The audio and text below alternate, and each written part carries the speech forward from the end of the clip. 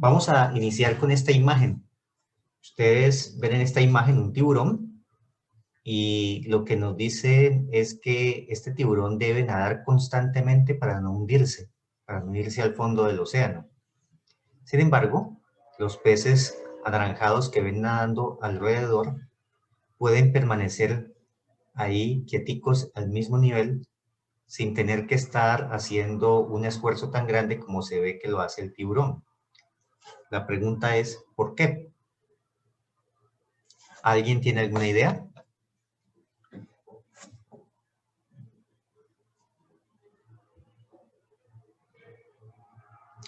¿Cómo hacen los peces para poder controlar cuándo subir hacia la superficie y cuándo bajar?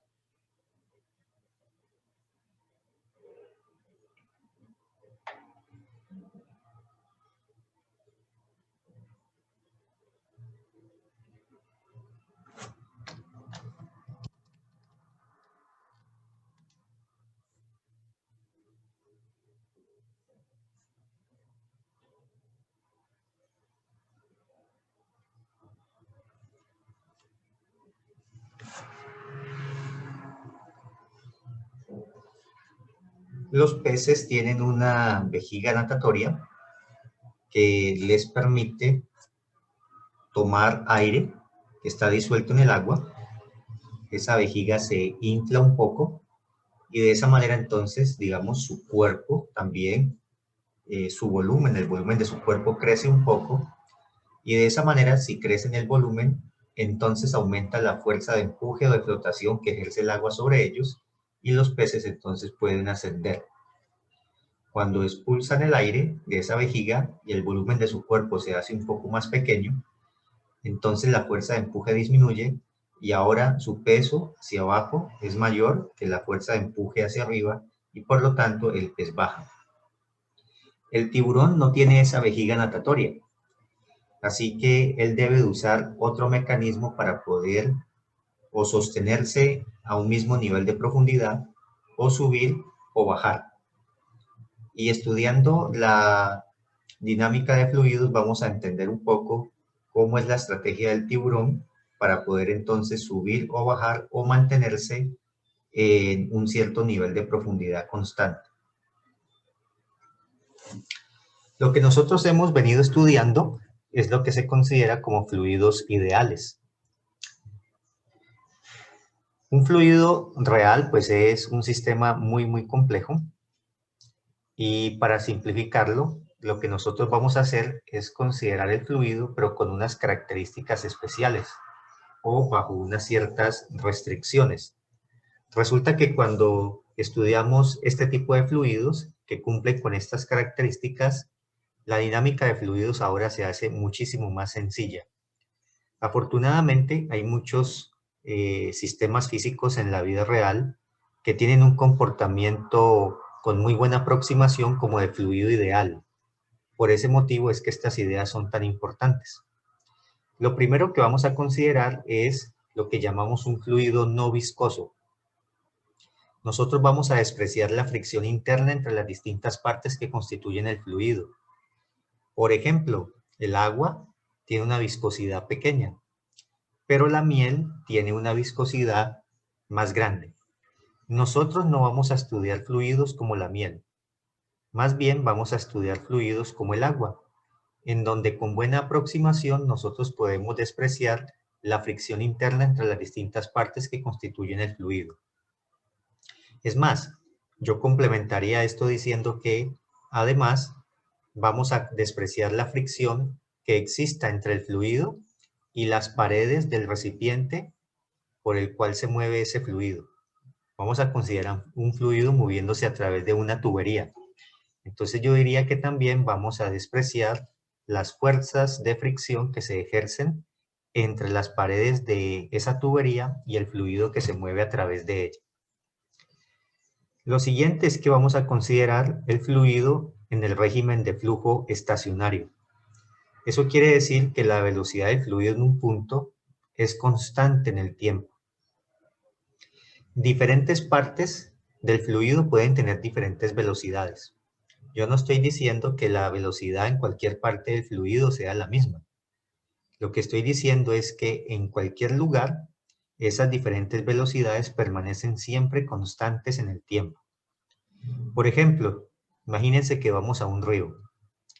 La velocidad del agua en la superficie puede ser mayor que la velocidad del agua en el fondo. Pongamos que en la superficie el agua se mueve a 2 metros por segundo, mientras que en el fondo se mueve a 0,5 metros por segundo.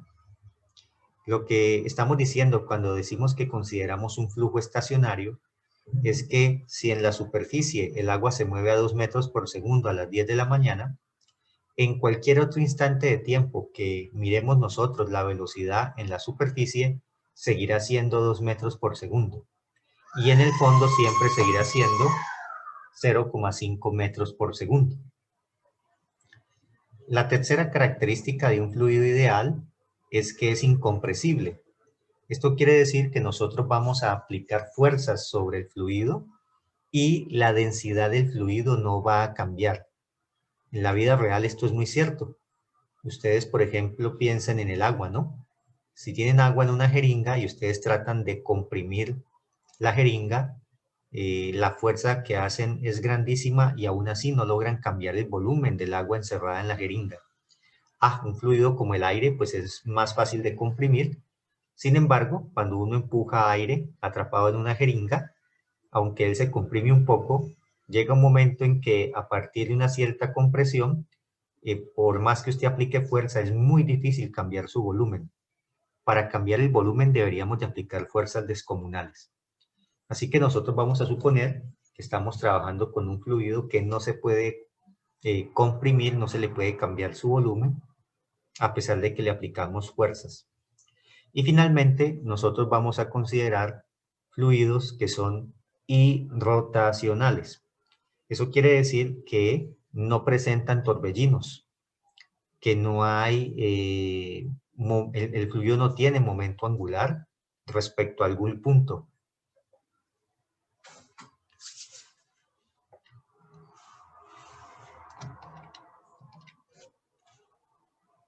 Bueno, una vez entonces que tenemos esto en mente, miremos acá algunos ejemplos. Ustedes pueden ver la imagen de un vehículo que se encuentra en un, digamos, salón especial que se denomina el túnel de viento. Hay un ventilador gigante que hace mover el viento y en el viento se inyectan ciertas partículas y al mismo tiempo se ilumina ese salón y esas partículas dispersan la luz. Y lo que se puede observar es que el fluido, el aire, se acomoda como en capas que ustedes ven aquí. Y esa manera de fluir es lo que llamamos flujo laminar. Y eso nos permite entender lo bien que quedó diseñada la aerodinámica del fluido. Nos permite ver cómo se mueve el aire sobre o alrededor del automóvil. A eso es lo que llamamos flujo laminar. Nosotros vamos a considerar entonces ese tipo de fluidos. Por el contrario, aquí a la derecha ustedes ven el humo de cigarrillo. Primero sale como en fluido, digamos, en la misma característica como de flujo laminar, pero luego comienza a retorcerse y a girar, de manera que entonces tiene asociado por acá momentum angular. Nosotros no vamos a considerar ese tipo de fluido. Las matemáticas de ese tipo de fluidos son bastante complejas y escaparían al nivel de lo que queremos hacer acá en este curso. Por ahora, como es una introducción, es una primera aproximación, entonces vamos a estudiar los fluidos ideales y esos fluidos entonces ideales no consideramos, no tienen momentum angular. Entonces, vamos a considerar la siguiente situación. Imaginen ustedes que tenemos una tubería, como la que ustedes ven aquí, 3 dimensiones, pero pues estamos pintando en un plano. Y supongamos que esa tubería se caracteriza porque aquí en la parte inferior, la sección transversal de esa tubería tiene una superficie que aquí llamamos S1, y esa superficie S1 se caracteriza porque tiene un área A1. que vamos a llamar A1. El tubo en la parte superior es más estrecho, de manera que la superficie en la parte superior se caracteriza por una cierta área que vamos a llamar A2. Hay un fluido que está fluyendo en esa tubería de izquierda a derecha. Sin embargo, para facilitar las cosas, nos estamos fijando solamente en una porción del fluido, que es lo que estoy pintando en amarillo. Lo que está en gris también es el mismo fluido. Para que este fluido pueda estar moviéndose desde la izquierda, fluyendo de izquierda a derecha, es necesario que se esté ejerciendo del lado izquierdo una presión. Del lado derecho también puede haber presión empujando hacia la izquierda. Pero para que el fluido vaya de izquierda a derecha se necesita que la presión del lado izquierdo hacia la derecha sea mayor que la presión del lado derecho hacia la izquierda. Muy bien, vamos a suponer que el fluido pasa por esta sección transversal de área, que estamos llamando A1, con esta velocidad V1, y está atravesando por aquí, por la sección transversal de área A2, con una velocidad que estamos llamando 2.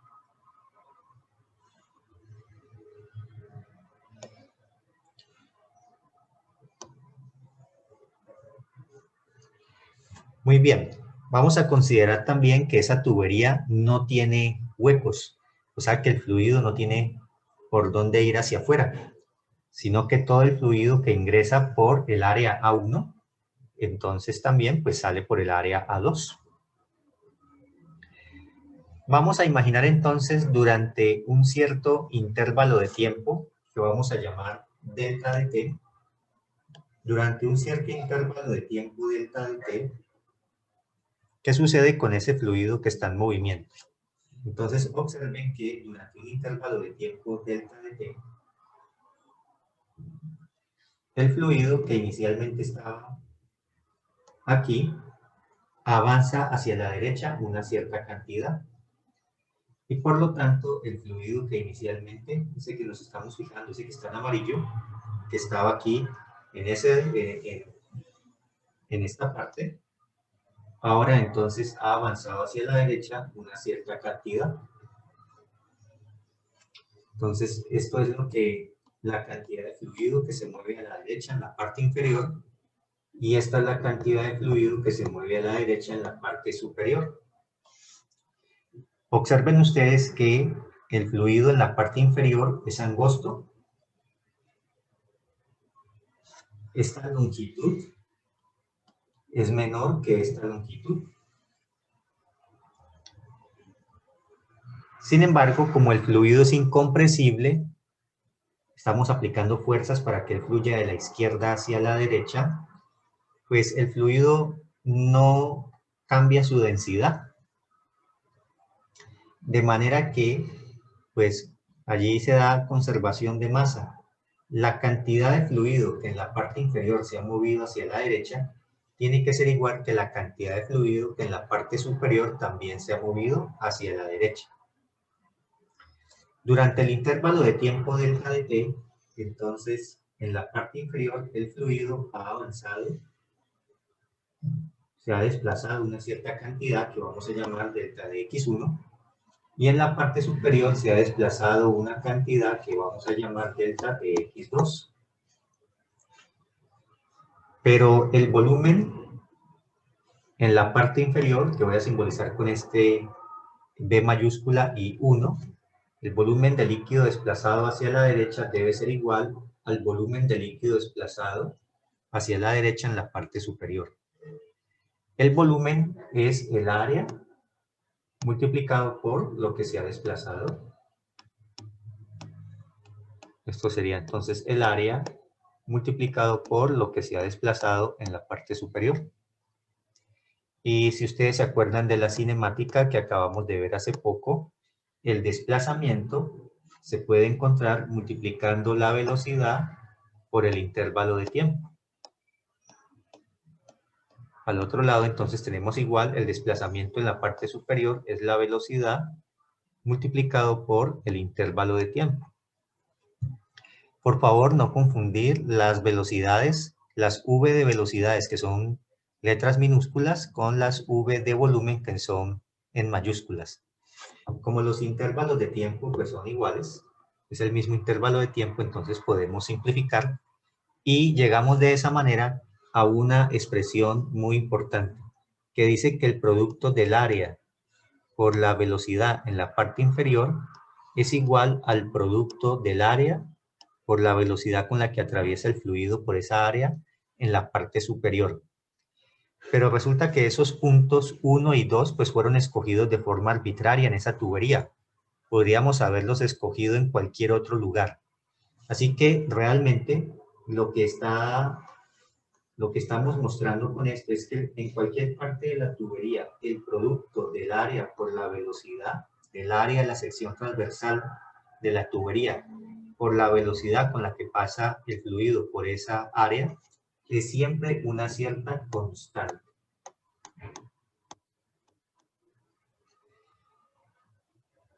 Esta expresión es lo que denominamos la ecuación de continuidad.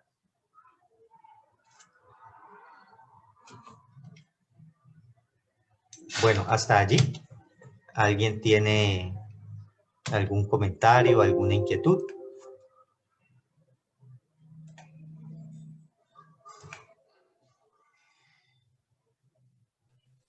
No, profe. Hasta allí han podido seguir mis ideas, todo sencillo.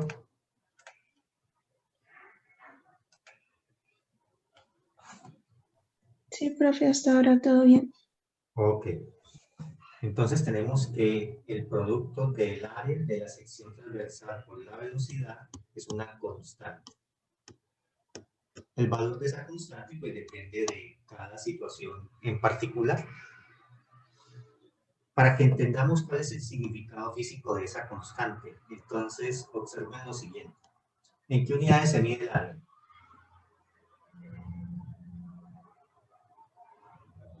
Sería metro cuadrado, ¿verdad? ¿Y en qué unidades se mide la velocidad? En metro sobre segundo. O sea que el producto del área por la velocidad, eso da metro cúbico por segundo. Por ese motivo, entonces, a este producto del área por la velocidad con la que atraviesa el fluido por esa área, se le da un nombre especial, se simboliza en muchos libros con la letra phi, y esto es lo que se llama el flujo. En ingeniería, muchas veces no se expresa en términos de metros cúbicos por segundo, sino en términos de cuántos kilogramos de masa se están moviendo por segundo a través de la tubería. Entonces también, en vez de usar la palabra flujo, también se usa la palabra caudal. Entonces, ese producto del área por la velocidad, algunos le llaman flujo y otros también le llaman el caudal. Pero hay que tener cuidado porque a veces cuando los ingenieros usan alguna de estas expresiones, no lo dan en términos de metros cúbicos por segundo, sino que, por ejemplo, si esto representa el agua, si multiplicas entonces por la densidad, estaríamos dando la información en términos de, no de cuánto volumen fluye por segundo, sino de cuántos kilogramos de masa están fluyendo por segundo. Así que ese es el famoso flujo o caudal. Y lo que estamos diciendo entonces es que en una tubería, con un fluido ideal, el flujo o caudal siempre es una cierta constante. Para un fluido ideal moviéndose a través de una tubería ideal.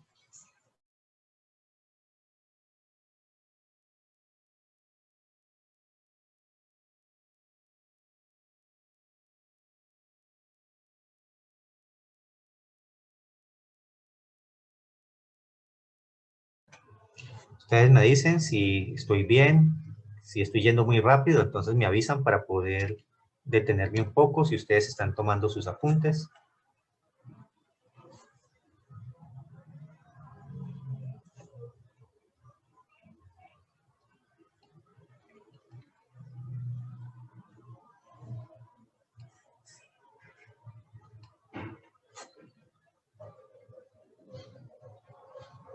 Bueno, veamos algunas aplicaciones. No sé si ustedes de pronto han notado que cuando abren la llave, por ejemplo, de la cocina o del baño, la abren lentamente, ustedes la van abriendo lentamente, y al comienzo puede salir el fluido de una manera turbulenta, pero ustedes pueden ir graduando lentamente, de manera que el agua ahora salga como en un tubito muy fino y estable. Si ustedes se fijan con mucho cuidado, en la parte superior, pues el agua está saliendo a través de la tubería, de la llave, y allí el agua entonces se caracteriza porque pues el área de la sección transversal tiene un cierto valor que sería el área de la tubería de la llave, y el agua por allí sale con cierta velocidad que aquí voy a llamar velocidad inicial. Y a medida que el agua cae, ustedes van a notar que el tubito de agua se va estrechando, se va haciendo más delgadito. Y cierta distancia más abajo, entonces el área de la sección transversal es más pequeña.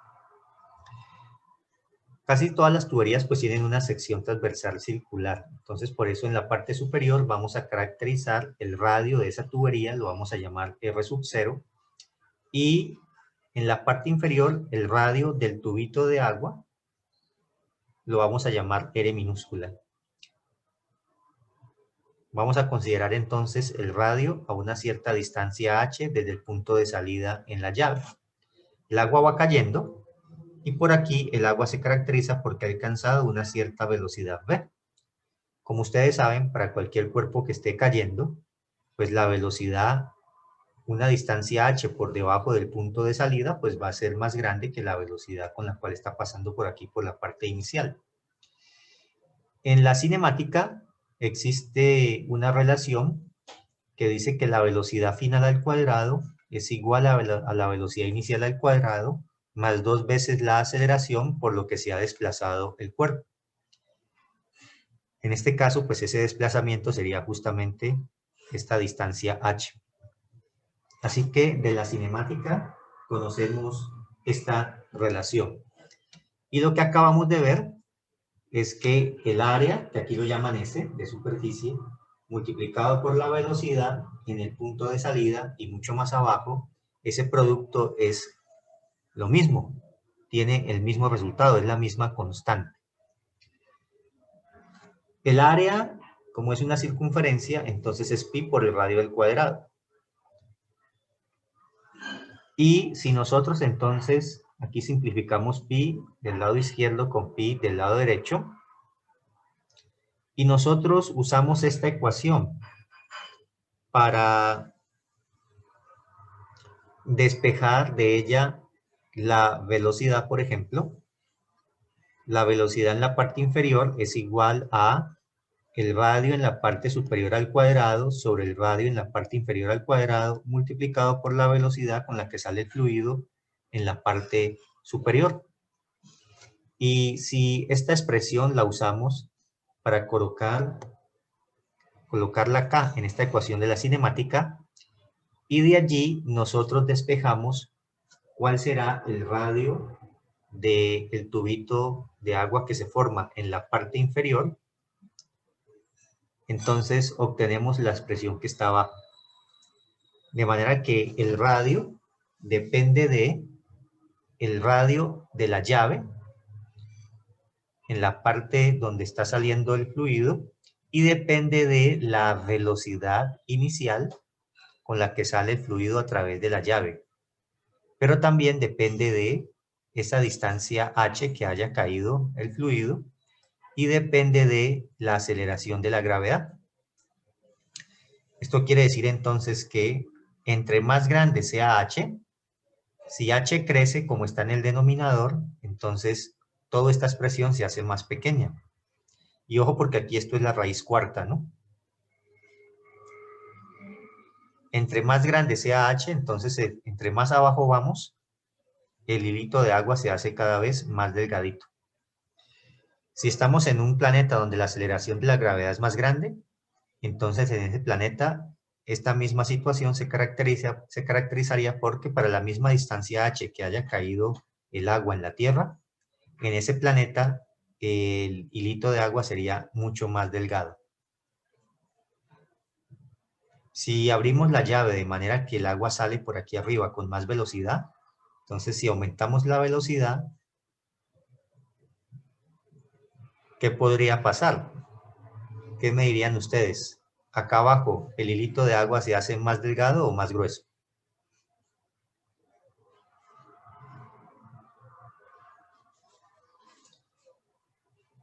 Les queda entonces allí como tarea para que hagan el experimento y ustedes puedan verificar entonces qué es lo que sucede.